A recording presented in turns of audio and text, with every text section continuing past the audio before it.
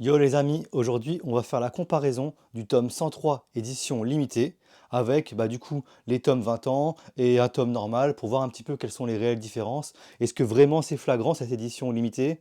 Voilà. Bon allez, on regarde ça de suite.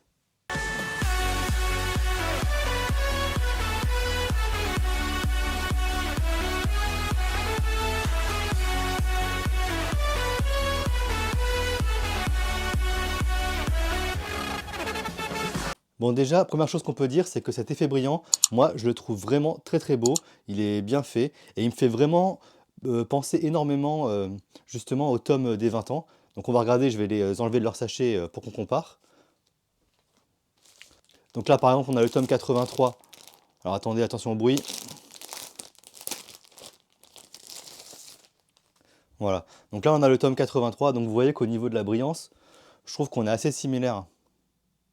Moi vraiment, alors je sais pas si ça va trop se voir à la cam, mais franchement, moi visuellement, le brillant est vraiment similaire quoi. Après, la différence notable, c'est vraiment le fait que l'arrière du 103 est noir, donc du coup le brillant est moins visible, on va dire. Alors que là, comme c'est doré, bah forcément, ça brille beaucoup plus quoi.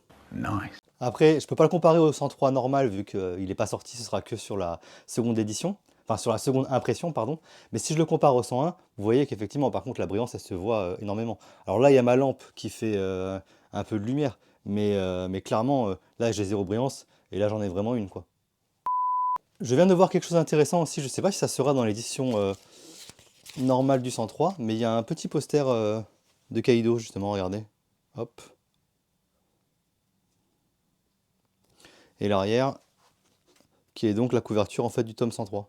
Alors je sais pas si ça sera justement avec le tome 103 normal, on verra. En tout cas par contre il n'y a aucune info de édition limitée, des choses comme ça qui apparaissent. Donc c'est vrai qu'on l'appelle à défaut édition limitée parce que c'est la première impression et que la seconde impression ne sera pas brillante comme ça. Bon voilà. Par contre effectivement j'avais pas vu passer l'info là du petit poster qu'il y a dedans. Donc si c'est pas dans l'édition normale, je pense que ça va spéculer un max à cause de ça. Bon, si vous le voulez vraiment, foncez dans vos librairies pour essayer de trouver un tome, parce que les scalpers, malheureusement, vont passer par là. Bien entendu, je ne vous conseille pas d'acheter ça à un prix énorme, enfin du moins pas aujourd'hui, parce que clairement, il y en a vraiment beaucoup en volume.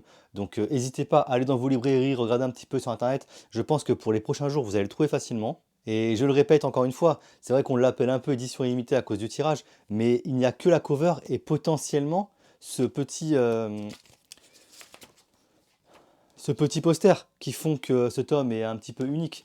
Mais allez pas acheter ça à un prix de fou, enfin ça vaut pas vraiment le coup pour être franc quoi. Et d'ailleurs pour être franc, je comprends toujours pas pourquoi des tomes comme ça se vendent aussi cher. Parce que concrètement, il n'y a que la cover supplémentaire. Donc payer ça 10-15 fois son prix, c'est peut-être un peu excessif. Bon, en tout cas, tout ça pour dire que il rejoint la collection des éditions brillantes. Allez, j'espère que cette courte vidéo vous aura plu et vous aura peut-être un petit peu aidé dans vos choix. Allez, ciao!